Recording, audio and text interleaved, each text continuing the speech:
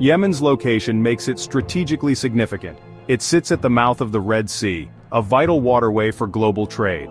This position gives Yemen considerable influence over maritime traffic, including oil shipments. Control over this passage could disrupt global energy markets. Yemen's proximity to the Horn of Africa adds another layer of complexity. The ongoing conflict there has drawn in regional and international actors. The Middle East is witnessing a shift in the dynamics of resistance against Israel. Traditionally, groups like Hezbollah and Lebanon spearheaded this resistance. However, recent years have seen a change. Yemen and Iraq are emerging as new centers of opposition. This shift is driven by the changing geopolitical landscape. The Syrian civil war, the rise of ISIS, and the rivalry between Iran and Saudi Arabia have reshaped alliances. These events have created new opportunities for groups opposed to Israel. Yemen's Houthi movement poses a direct threat to Saudi Arabia. This indirectly challenges Israel. The Houthis have demonstrated their ability to strike deep inside Saudi territory. They have used sophisticated drones and missiles. This development has raised concerns in Israel. They now face a potential two-front conflict. One front would be Lebanon and Syria, the other Yemen, and possibly Iraq. Iraq, still recovering from years of war and instability, is also emerging as a hub for anti-Israel sentiment. The presence of groups like Kataib Hezbollah with close ties to Iran adds another layer of complexity. These groups have vowed to target American interests in Iraq. This is seen as a way of striking at Israel's main ally. This dynamic highlights the interconnectedness of conflicts in the region. It demonstrates how tensions in one area can quickly escalate and spread to others. The emergence of Yemen and Iraq as new fronts adds to the volatility of the Middle East. Iraqi Hezbollah, while often overshadowed by its Lebanese counterpart, has emerged as a potent force in its own right. This group, with its deep-rooted ideology and considerable military capabilities, poses a significant threat to Israel and its allies. Understanding the origins, capabilities, and motivations of Iraqi Hezbollah is crucial for comprehending the evolving security dynamics of the region. Iraqi Hezbollah is not merely a proxy of Iran, but a powerful entity with its own agenda and operational independence. While it shares ideological ties and receives support from Tehran, the group maintains its own command structure and decision-making processes. The group possesses a diverse arsenal of weapons, including sophisticated rockets, missiles, and drones, capable of striking targets deep within Israeli territory. This arsenal is constantly being upgraded with Iranian assistance, making Iraqi Hezbollah a formidable adversary. Their ability to strike beyond Iraq's borders adds a dangerous dimension to the regional security equation. This adaptability makes it a particularly challenging adversary.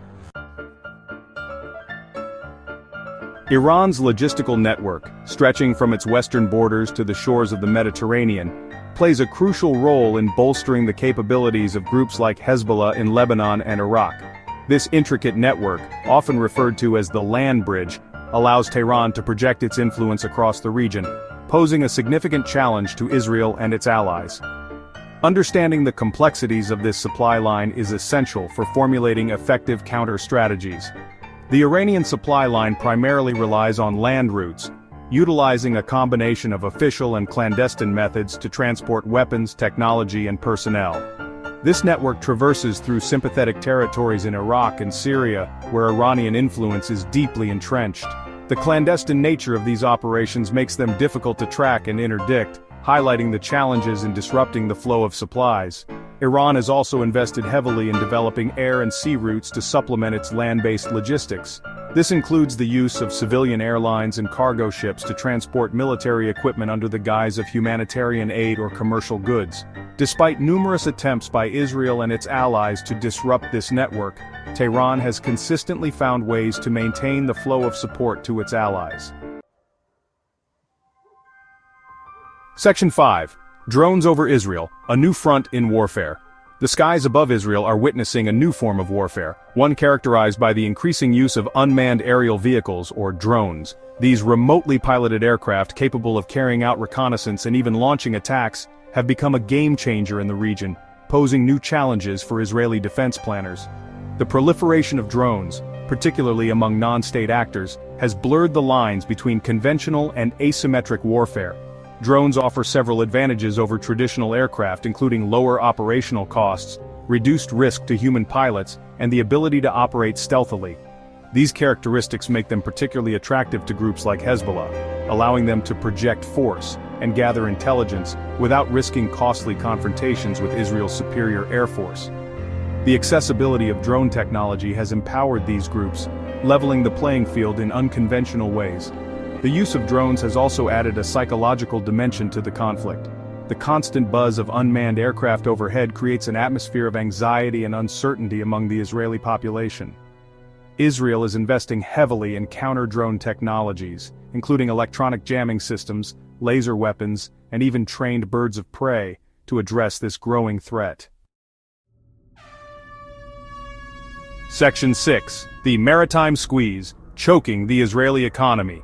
While much attention focuses on the military aspects of the conflict, a quieter but equally significant battle is unfolding at sea. The maritime arena has become a critical front in the ongoing struggle, with Iran and its allies employing a strategy of economic warfare aimed at disrupting Israeli shipping, and by extension its economy. This maritime pressure tactic adds a new layer of complexity to the conflict, highlighting the multifaceted nature of modern warfare. The geographic choke points of the Red Sea and the Strait of Hormuz, through which a significant portion of global trade flows, provide Iran with strategic leverage. By threatening to disrupt shipping lanes or target vessels destined for Israel, Tehran can exert economic pressure without engaging in direct military confrontation. This indirect approach allows Iran to inflict damage while maintaining a degree of plausible deniability. Israel relies heavily on maritime trade for essential goods, including energy imports and manufactured products. Any disruption to this flow of goods could have a crippling effect on its economy, potentially leading to shortages, inflation, and social unrest. The vulnerability of sea lanes underscores the importance of maritime security for Israel. This delicate balance of power highlights the high stakes involved and the potential for miscalculation in this maritime standoff. Section 7. Daring to strike deep risks and rewards. The evolving dynamics of the conflict have emboldened groups like Hezbollah and the Houthis to contemplate bolder and more audacious operations. This includes the possibility of launching deeper strikes into Israeli territory, targeting strategic infrastructure and population centers. Such a move, while fraught with risks, could have a significant impact on the conflict's trajectory. The potential targets of such strikes could include critical infrastructure such as power grids, desalination plants, and airports, disruptions to which could cripple Israel's economy and sow widespread chaos. Alternatively, attacks on densely populated areas could inflict heavy civilian casualties, potentially provoking a fierce Israeli response. The selection of targets would reveal the attackers' intentions and their willingness to escalate the conflict. The decision to launch such attacks would not be taken lightly. Hezbollah in particular has demonstrated a degree of strategic patience in the past, carefully weighing the potential benefits against the risks of retaliation. Factors such as the level of Iranian support, the perceived weakness of Israel's defenses, and the broader regional context would all play a role in their calculus. Israel, known for its policy of disproportionate response, would likely retaliate with overwhelming force, potentially triggering a wider regional conflict. The potential for escalation and the devastating human cost underscore the high stakes involved in such a scenario. Section 8. The American Gambit Navigating Regional Dynamics. The United States, as Israel's staunchest ally, navigates a complex geopolitical landscape in the Middle East. The Biden administration seeks to re-engage with Iran while reaffirming its commitment to Israeli security. This balancing act is fraught with challenges, as Washington seeks to contain Iranian influence. The U.S. withdrawal from Afghanistan and shift towards the Indo-Pacific have raised concerns in Israel. The Biden administration has sought to allay these concerns through high-level visits and military aid. The U.S. faces the challenge of deterring Iranian aggression while pursuing a diplomatic solution. This two-pronged approach requires a delicate balancing act. The success of this strategy hinges on finding a middle ground. The U.S. must navigate the complex web of alliances and rivalries in the region. The Abraham Accords have created new opportunities for cooperation on shared security threats. However, the U.S. must manage these relationships carefully. The stakes are high and the path forward requires careful navigation. Section 9. A future of escalation? The stakes remain high. The Middle East stands at a crossroads, with the potential for further escalation a constant threat. The convergence of factors, including Iran's nuclear ambitions, The proliferation of advanced weaponry and the volatile regional dynamics creates a tinderbox-like situation. The consequences of a wider conflict would be catastrophic, not only for the region, but for the world. The international community has a critical role to play in preventing a slide towards war. Diplomatic efforts aimed at reviving the Iran nuclear deal, while challenging, remain the most viable path to addressing the nuclear threat. Simultaneously, confidence-building measures between regional rivals, however difficult, are essential to reduce tensions and prevent miscalculations. A wider conflict in the Middle East would have devastating humanitarian consequences, unleashing waves of refugees, exacerbating existing conflicts, and further destabilizing an already volatile region. The economic repercussions would be felt globally, disrupting energy markets, hindering trade, and undermining global security.